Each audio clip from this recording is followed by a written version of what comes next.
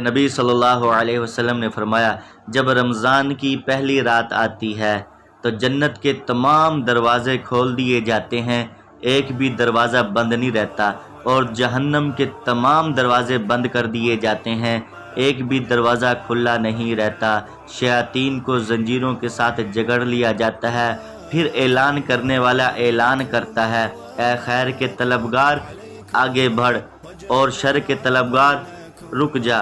میرے بھائیوں، کیا پتہ اگلا رمضان ہمیں نصیب ہو یا نہ ہو، اسی لیے اسی رمضان کو غنیمت سمجھ کر اس کی زیادہ سے زیادہ سعادتوں اور برکتوں کو سمیٹنے کی کوشش کریں۔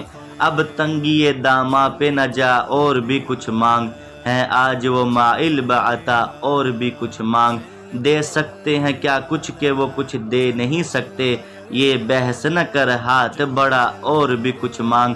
سرکار کا در ہے در شاہا تو نہیں ہے، جو مانگ لیا اور بھی کچھ مانگ۔